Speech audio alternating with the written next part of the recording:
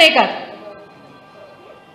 అసలు తప్పులన్నీ మీరు చేసి, ఒకదానిపైన ఒకటి తప్పులన్నీ మీరు చేసి, రాజశేఖర రెడ్డి గారి పాలన, అసలు రాజశేఖర రెడ్డి గారి పేరును మీరు చెడగొట్టి ఎంతమంది కష్టపడితే మీరు ముఖ్యమంత్రి అయ్యారు, ఎంతమంది త్యాగాలు చేస్తే జగనన్న ముఖ్యమంత్రి అయ్యారు, ఎంతమంది వాళ్ళ ఆస్తులు నమ్ముకుంటే జగనన్న ముఖ్యమంత్రి అయ్యారు.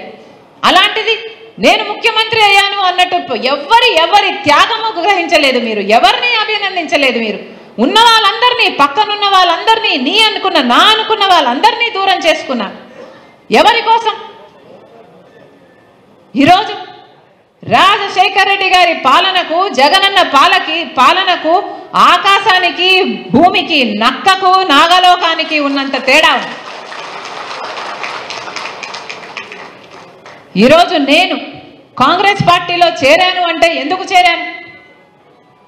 ఎందుకంటే రాజశేఖర రెడ్డి గారిని అవమానించే పార్టీలో నేను ఎప్పుడూ చేరకపోయేదాన్ని. కానీ నేను సోనియా గాంధీ గారితో మాట్లాడినాక, రాహుల్ గాంధీ గారితో మాట్లాడాక నాకు కలిగిన నమ్మకం, వీళ్ళు రాజశేఖర రెడ్డి గారిని నెత్తిన పెట్టుకుంటున్నారు అని. రాజశేఖర రెడ్డి గారు అంటే వీళ్ళకు మనసు నిండా అభిమానం తప్ప ఇంక ఏమీ లేదు అని. సోనియా గాంధీ గారు నాకే చెప్పారు, రాజీవ్ గాంధీ గారి పేరు ఆయన చనిపోయిన తర్వాత కేసులో పెట్టారు, నేను తెలిసి రాజశేఖర్కి అంత అన్యాయం చేస్తానా, నేను ఎప్పటికీ చేయను అన్నారు.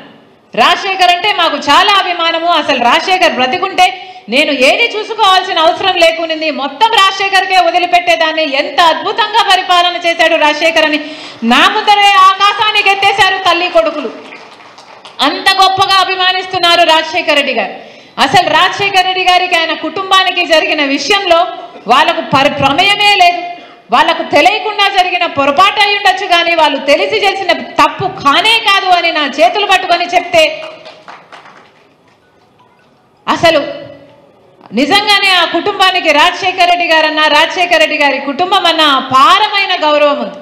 ఇవన్నీ నేను నిర్ధారించుకున్న తర్వాతే, ఇవన్నీ నాకు అర్థమైన తర్వాతే నేను వాళ్ళతో కలిసి పని చేయడానికి ఒప్పుకున్నాను.